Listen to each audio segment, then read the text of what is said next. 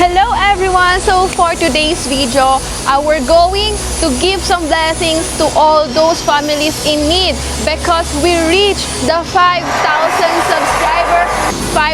subscriber and now I will give some blessings to all those people in need and we will give a 5,000 pesos.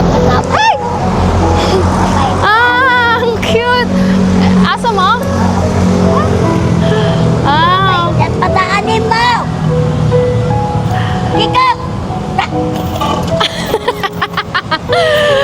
oh, na yung konting tulong para makakain ka, ha?